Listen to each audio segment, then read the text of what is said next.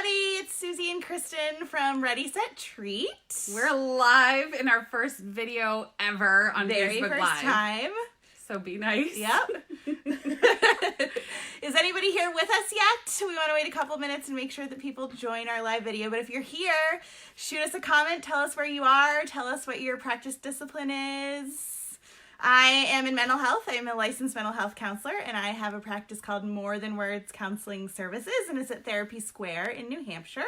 And I'm an occupational therapist, and I work at the same location Susie does, and my company is called Seacoast Playworks Therapy, PLLC, and I see little kids, usually between the ages of 3 and 6. Yep. I also see kids. I used to see really tiny kids before the age of 5. Now I have 3 kids myself, and it's really hard for me to work with kids all day long and then have to go home and mom kids the rest of the day. So I've started seeing older kids as well as women who have difficult pregnancies or infertility issues, as well as women who are struggling with postpartum depression, anxiety, etc. So maternal mental health. So those are the areas of focus that I have. And Kristen and I both co-founded Therapy Square, which is a clinic that now has 6 clinicians under its roof. And guess what? We helped all of them start their own private practices. Yep. So who do we have with us over at Therapy Square, Kristen? So we have physical therapist Annette. Yeah. Hi, Annette, if you're watching. Hi, Annette. And we have a dietitian named Jessica. Yep. Emily Booth is our speech and language pathologist. We tried to get her to join us from the get-go, but alas, she got pregnant with twins. I mean, what are you going to do? And then Jen. I have been wanting to work directly with a psychiatric nurse practitioner forever. I've been recruiting, and finally I met Jen Schwartz, and she now prescribes medication at Therapy Square for us, which is great. Yeah, one of the first things you said to me when we were opening Therapy Square, Susie's like, my bucket list item, one thing I have to have someday is a med prescriber within the same practice. And it's something as an OT, it never even occurred to me. Yeah. So, but it happened really quickly. Yep. And you organically. You refer people to Jen. I do it all the time. Yep. And I've gotten to know what meds are. It's something that I didn't really know before. Yeah. So now, like, working closely with Susie and Jen, I know a lot of the more common names of medications and how to help my clients with them and all that kind of stuff too. So like we said, cool. My practice is More Than Words Counseling Services, LLC. Kristen is Seacoast Playworks Therapy, LLC. We function under an umbrella that we refer to as Therapy Square. There's 6 clinicians total. We helped those 4 other clinicians start their own private practice, as well as a number of other clinicians. And finally, someone said to us, like, you guys are really good at this. You should help more people if possible. And we tried to come up with a way of how do we do that. So we thought if we wrote a book and published it, it could be bought by anyone, anywhere in the country. And plus, we really enjoy it too. We do. We get so excited. We're kind of like geek out about it. Yeah, we're super nerds. We get so excited like when anyone that we're helping has a success or like makes a Facebook page or just anything that they do, because we're really about empowering each other. We don't like to make money off of people. We want people to feel empowered so that they can carve out their space in life. Yep. And your success is our success. So if you end up having a successful private practice, then we feel like we get to share in that success with you, which is such a great feeling. Yeah. And so one of the reasons we wanted to make the Academy group page was so that we could kind of have a consortium of professionals together who could support each other. And we love when you guys show us your Facebook pages and your websites, and we can help you organically increase SEO and likes on your pages. It's a way that you can help people very easily. Yep. Cool. So I'm sure, unless you've been living under a rock, you have heard about this book. We wrote a book, you guys! It's crazy to hold it in my hands right here. We post about it a lot on the group. We posted about it on our Facebook page. We posted about it on Twitter if you follow us on Twitter. But everything you need to know from a basic checklist standpoint is in this book. So if you haven't purchased it already, go for it. You can find it on Amazon, either in Kindle format, ebook format, or on a paperback. It's very exciting to us to have all of our ideas right here in this place. And this book represents what we feel like is the best way to start a private practice. There are lots of different avenues you can take, but our goal was to create something that is cost effective and affordable, because guess what, in the fields that we work in, we're not going to be millionaires. So we wanted to be able to come up with a plan for you to make a private practice in, I would argue, less than $1,000, maybe even less than $500. Depends on kind of what your rent cost is and whatnot. But oh, hi, Stacy! We love Stacy. Stacy's like Stacey. a super fan. Yes. We're so excited to have you. But yes, it should be a cost-effective approach to starting your private practice. What that means, though, is that we're going to be asking you to learn a lot of things about running a business and to create skills that some people farm out, such as billing or kind of things that somebody else can do, like making a website, credentialing. So we're going to challenge you to figure out how to do all of that stuff on your own. And we did it on our own. It's totally possible. We do not have a business background, not a marketing background. So all of these things are things that you can do by yourself that we outline in our book. And in our book, there is a line that's really important. Yes. And it's something along the lines of graduating from college, passing your boards, passing your national exams. All of that stuff is infinitely more difficult than putting numbers in a box to file a claim. And that's typically what I hear people get hung up on, is how do I bill insurance? Oh my God, I'm just one person against these insurance magnates and I cannot handle it. But it's literally like you're literally putting numbers in a box. It's not that hard. I have no financial background and no business background, and figured it out without this support. And Susie did too. So you guys can absolutely do that.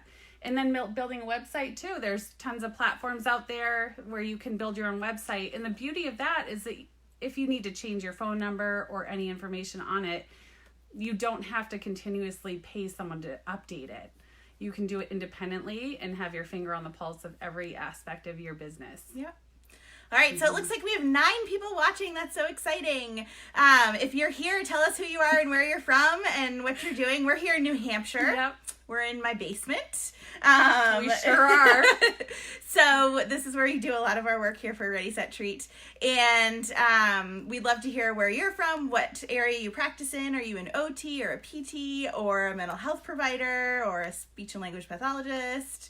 And other than that, let us know what you're up to and how you're doing this evening. And we'll say hi to Jenny from Michigan, and Carrie. I see you dropped your phone and your potatoes. So Carrie's one of our really good friends, and she's mentored us on our online social media presence and going Facebook Live. So she's been a wonderful source for us. Ooh, Rachel and OT from Indiana. Nice to meet you, Rachel. Love the OTs. Yay! All right, so part of the reason why we wrote our book was we felt like we were kind of, as Kristen often says, a lone wolf in the field, kind of coming up with our own thing. We didn't really, Kristen and I didn't even know each other when we started our private practices. It's weird to even think that. Isn't it? Maybe we had a couple of mentors that we touched base with for ideas and whatnot, but those silly questions that you don't know who to ask, and back when we started, we didn't even have Facebook groups, I don't think. No, I couldn't find one. So being able to have a bunch of comprehensive information in one place, we felt like was really helpful, but we didn't want everyone to have to reinvent the wheel.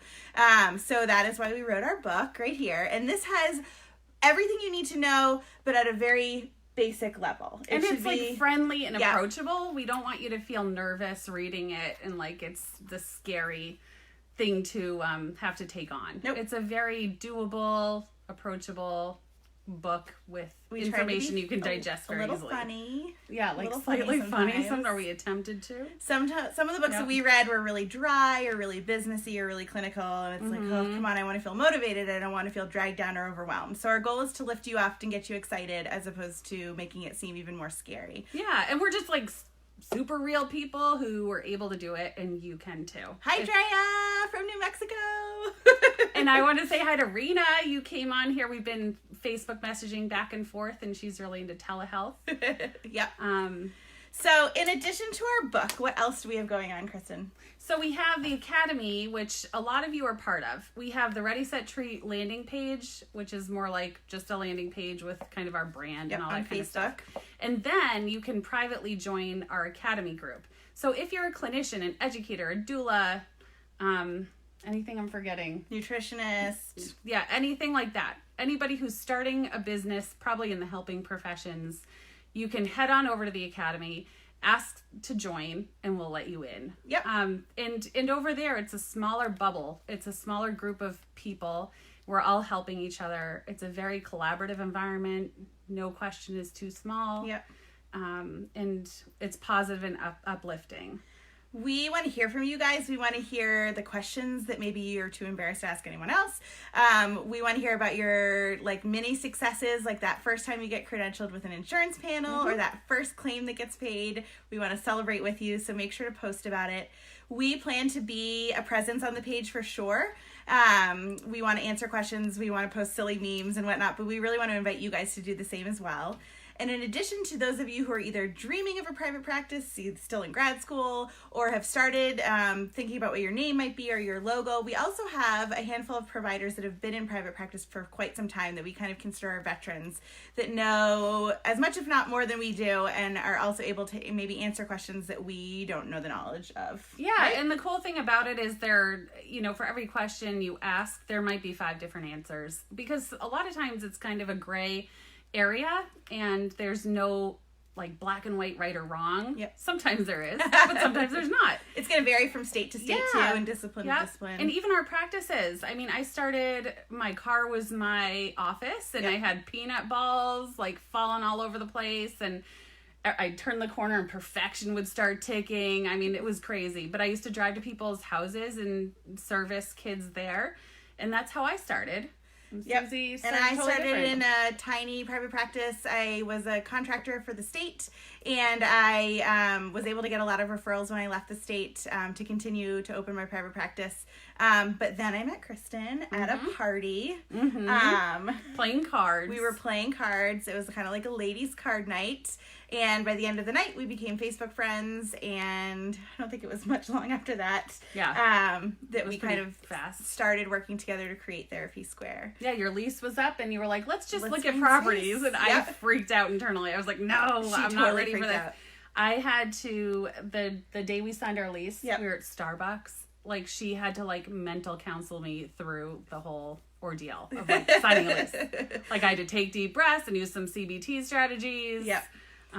So it's good idea to go into business with a mental health counselor if you have access to one. Yes. All right. So in addition to our group, Kristen, what else do we have rolling out in 2020? So we're going to have some online courses too. Those are going to be with our course group, and we have yet to roll out courses, but you guys will be the first to know once they're out. And we'll cover various topics, like how to start a practice, how to save money with your practice. We might go over how to, like, a real time, how to bill, how to fill out the CMS 1500 online. So a lot of the same topics that are in this book, but in much more detail. So if you read the book and you're kind of left with lingering questions, be aware that we will go into more detail in our online courses and webinars. To kind of further pursue your education around starting a private practice. And some people are just more visual. So seeing us do something or seeing us talk about something is more engaging for some people. Yep. So we want to offer you all different mediums. Kind of like this live video. Hey. Thank you for watching, you guys. Yeah, I see Jenny. She likes it already. Awesome. Thank you. Yeah, and you guys, if you have any questions for us right now, feel free to ask. And if you catch us after the video's over, you can post questions, and we'll kind of make group posts on our Academy page to answer those as well. Yeah, so we hope everyone's doing well with their own practices. We've seen a lot of great questions in our group too. Like how to name a practice has been a big one. We had a long thread on that, because that's a big deal to come up with a name. Kristen and I both decided that we were going to have kind of fun names as opposed to using our own name. Like I could have been Susie Curtis Counseling Services, which is totally fine if that's what you want to do. As you can tell, Kristen and I like to be fun. So we kind of came up with fun names. So it's like one of our favorite pastimes actually is helping people come up with practice names. So we really enjoyed that thread on the group, helping brainstorm people's names. We also really like coming up with logos. It's like part of our nerd thing, like with our starting the business nerd stuff. It's like the business names and the logos or something we totally dig. We love that. We also hope that in the group you guys find people to collaborate with. Sometimes it's hard, especially if you live in like a more rural area, to find other providers to consult with or ask questions. So hopefully you connect. So make sure you let us know like where you're from, what state you're practicing out of, what discipline you're in, so that you can maybe find other people nearby. And the other thing to keep in mind, when I started, I didn't understand at that time that other OTs doing the same thing in my area were actually going to be tight colleagues. So I actually refer people all the time to other OTs that I trust. And it's important to get to know the other practitioners in your area and look at them more of an ally than competition. What do we always say, Kristen? We always say collaborate, don't compete. Yeah. You are not competing with other people in your field. You are collaborating with them. That's how you keep a positive reputation, positive referral sources, positive word of mouth about your services. And frankly, if your practice is successful, like Kristen and I are, I've had a wait list for about, I think I'm going on 6 or 7 years now. So it's very hard to get a session with me. So I need to work with other clinicians in my area to make sure that I'm sending people to quality providers. Because the worst thing is getting a referral for somebody that just is not great. Yeah, you want them to be a good fit. Yep. Or if somebody needs a type of therapy that I don't specialize in, like feeding. So I know where to refer them, and I know the person, and I know I trust her. Yep. And I would bring my own kids to her. Yep. So, or like I don't treat eating disorders, or I don't do DBT therapy, so I would refer to a provider who does. Yeah. So get to know the clinicians in your area. You can do it through our page. You might end up organically doing it in real life, but just get to know them and see them as allies. There's enough clients for all of us. I promise. Yay. Yeah. So does anybody have, let's open up the question and answer section of our live video. Anybody have any direct questions that you guys want us to kind of dabble with now?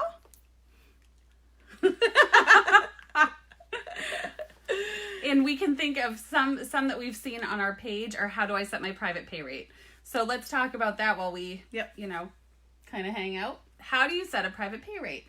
One of the things you can do is call around clinics in your area. I didn't do that because I felt weird talking to like random clinic owners and asking. I stalked people's websites. But I looked at me too. So we didn't know each other yet. Otherwise we would have helped each other. But yeah, I basically stalked websites in our area and kind of found out what other people are charging. And I also thought, what could my family realistically afford? Yep. Like if our kid needed therapy 1 time a week times 4 weeks a month, what could we afford? Yep. We're not going to charge somebody so much money that it's a turnoff to be able to come see you. But at the same time, you need to know your worth. One of my favorite posts that we've done recently that got a lot of attention was the post about organic strawberries. Did anybody see that one? It had something to do with whenever you feel like you're not charging enough money, remember how much organic strawberries cost for a small little carton. It's like $7. And so it said, have organic strawberry confidence. So know your worth too. There's kind of a balance between that. And Heather, hi Heather. We love sharing clients with you too. Yeah, so Heather's an OT and she works in New Hampshire, kind of close-ish to us. And Heather and I have met on the internet only. So we need to meet in real life because we refer to each other all the time.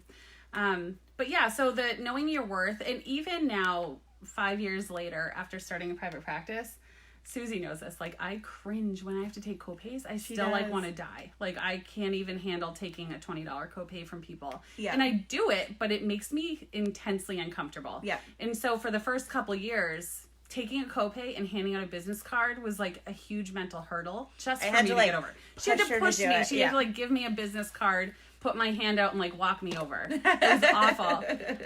But it's just not the way I am. Like, I'm really reserved. I'm not a networker or schmoozer. Yeah. So I feel really uncomfortable doing that stuff.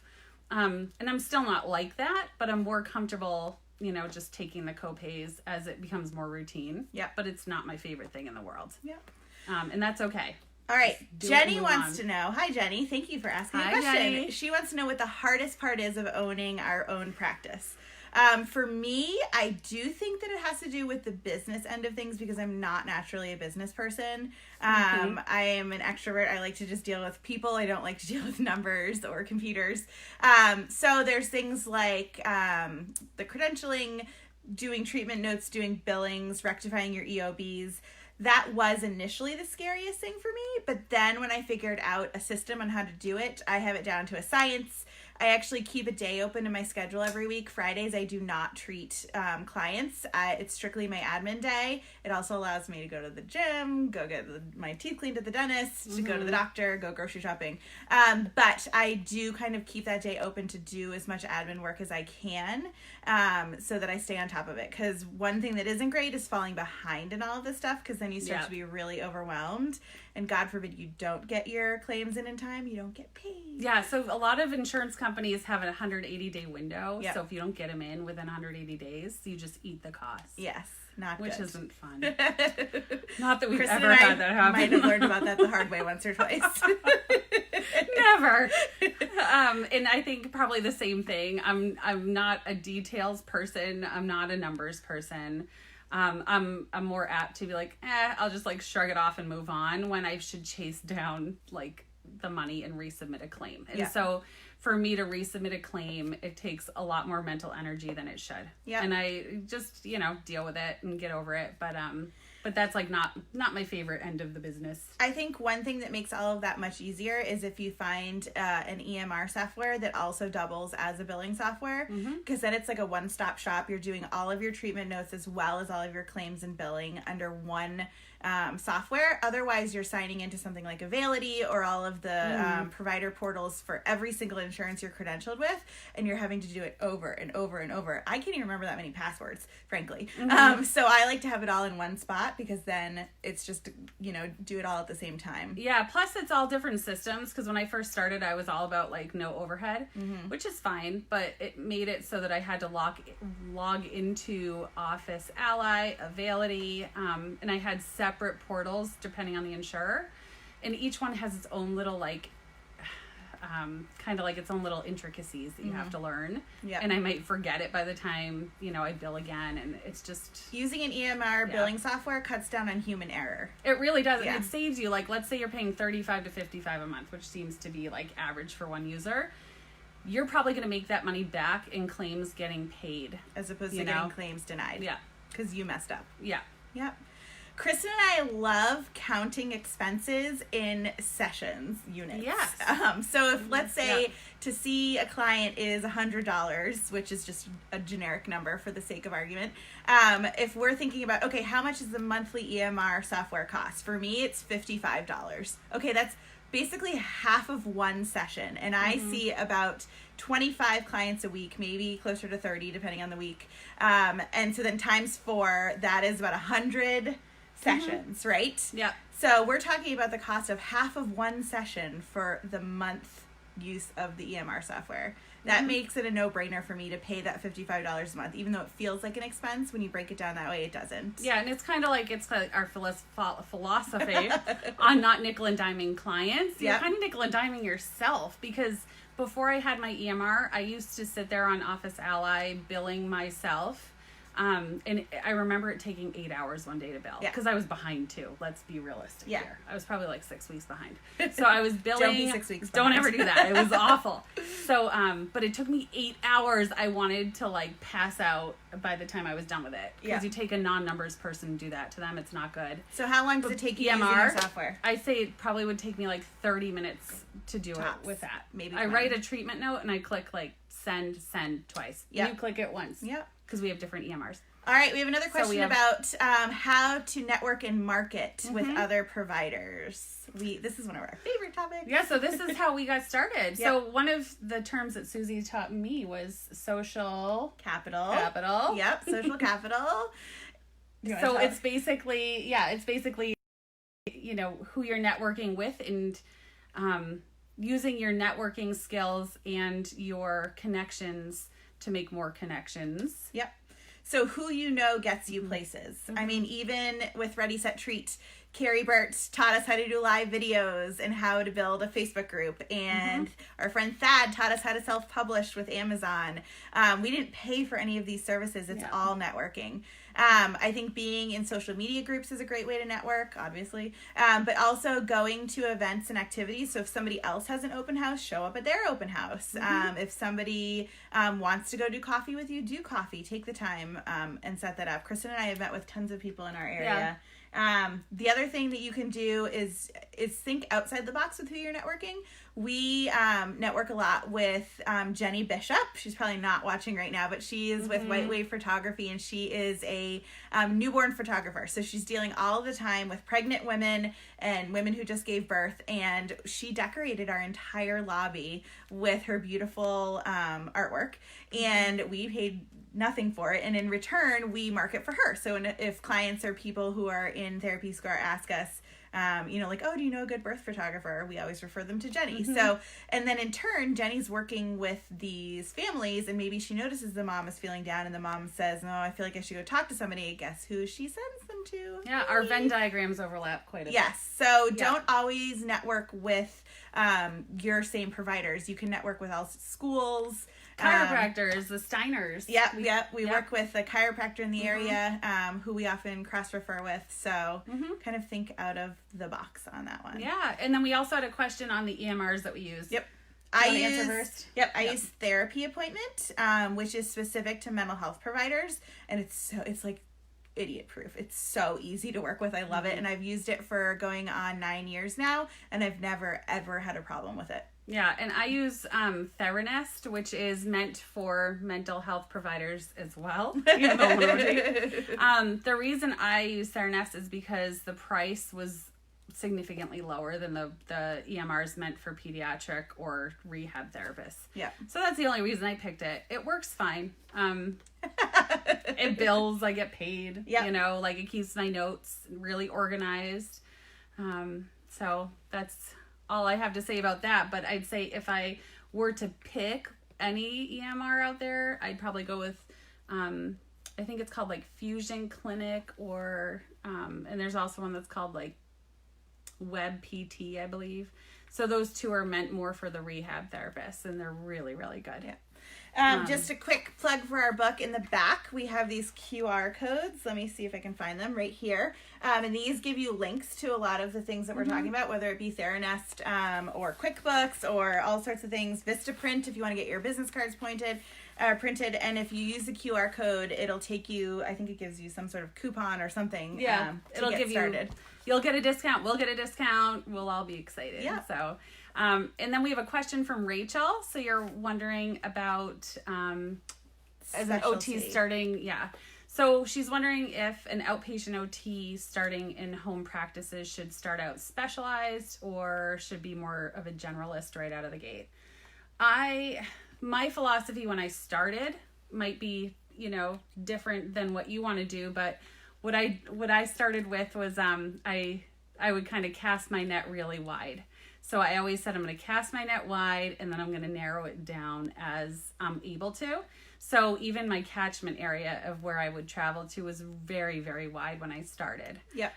So the kids that I saw might not have been my ideal kind of specialty area, but I still saw them and I knew I could do it, and it wasn't anything out of my scope of practice or anything I was uncomfortable with.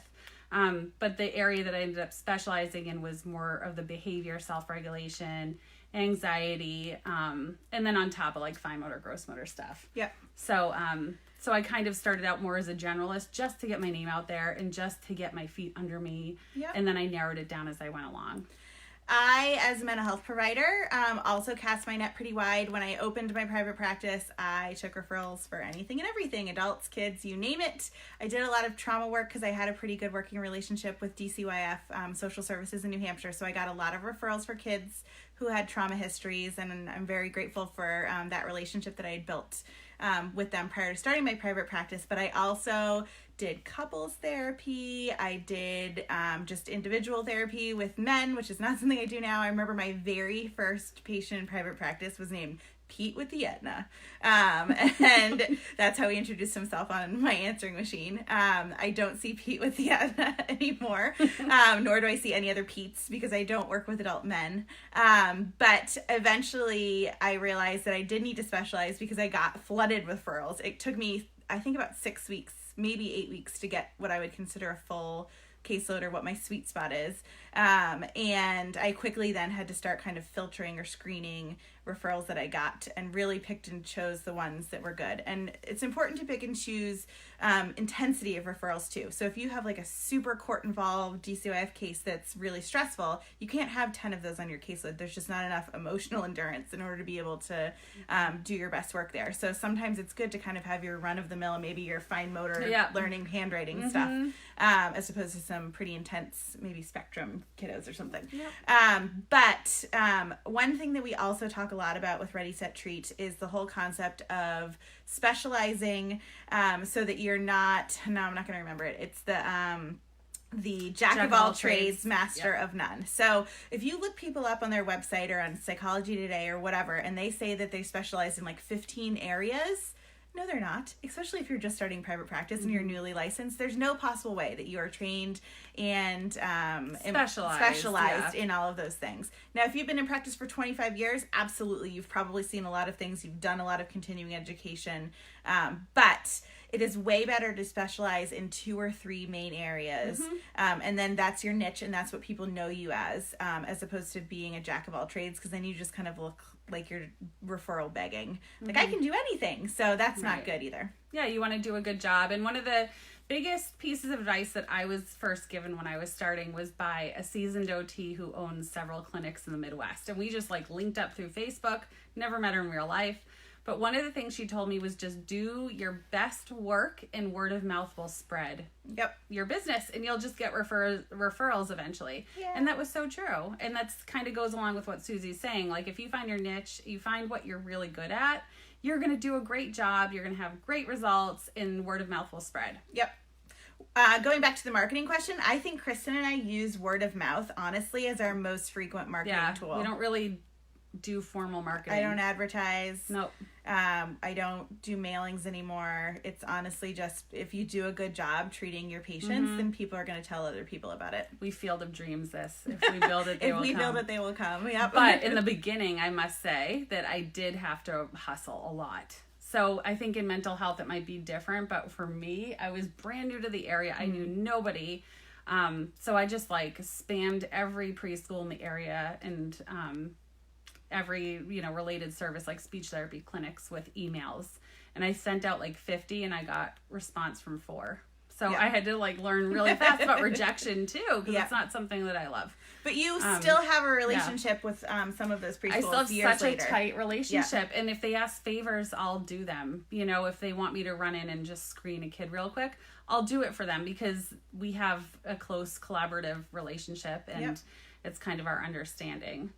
I think also the same thing goes with like pediatricians or social workers, people that work at hospitals, people that work at group homes. If you create a relationship with them, then you're going to be their go-to referral source too. So that's really important in this field. All right. Anybody else have any questions? Because guess what, Kristen? It's already been a half an hour of our first live video. Oh my gosh. So before we started, our goal was what, 15 to 20? 15 to 20 I was minutes. like, no. And Kristen didn't think it was possible. like, that can't happen. 5 minutes. And we've consistently had almost 15 people with us this whole time, which is amazing. Thanks, guys. So thank you for watching. And thank you for enduring our first live video. More to come. All right. Thanks, guys. Bye. Bye.